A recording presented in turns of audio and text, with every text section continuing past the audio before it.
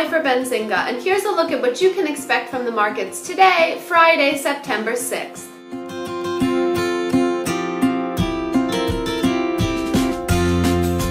After the Lehman Brothers collapsed under a pile of bad debt, American companies have shied away from taking out new loans. However, the Federal Reserve reported that corporate bond debt has increased by 59% 5 years later.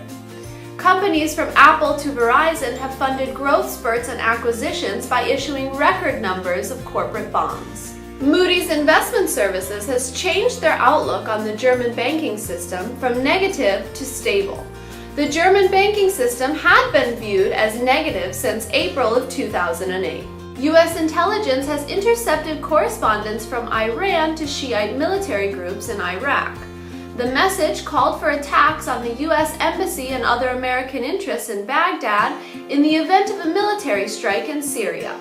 The Bank for International Settlements reported that the Chinese yuan has joined the ranks of the top 10 most traded international currencies.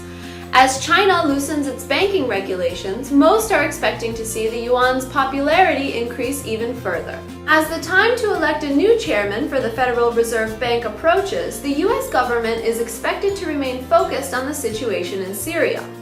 President Obama is not expected to name his candidate for the position until after the situation in Syria has been fully resolved. Asian markets ended the week mostly on a positive note. The Shanghai Composite was up 0.83%, the Kospi was up 0.19%, and the Hang Seng Index was up 0.10%.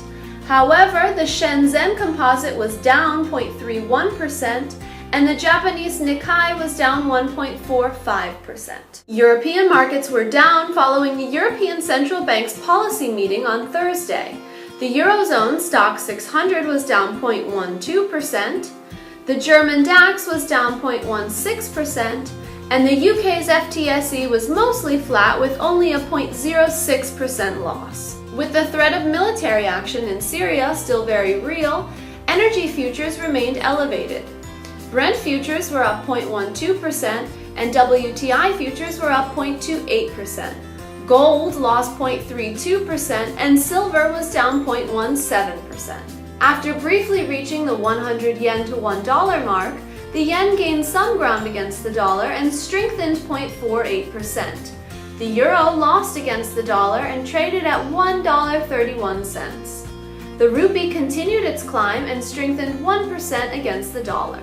In pre-market trade, JCPenney continued to gain and was up 1.85%. Fastenal gained 2.6% after the company reported a 7.2% growth in sales for August. Pepco Holdings was up 1.42% in pre-market trade as investors prepared for the company to trade ex-dividend at market opening. SAIC was down 2.08% in pre-market trade after the company announced lackluster second quarter profits due to budget cuts. Viacom lost 1.69% in pre-market trade as the company worked on a deal with Sony to stream TV channels online. On the economic calendar today, we'll see U.S. non-farm payrolls and the U.S. unemployment rate.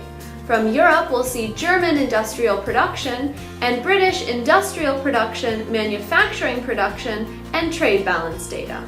And that's it for today's Market Primer. I'm Laura Hoy for Benzinga, wishing all of you good luck on your Friday trades and have a great weekend.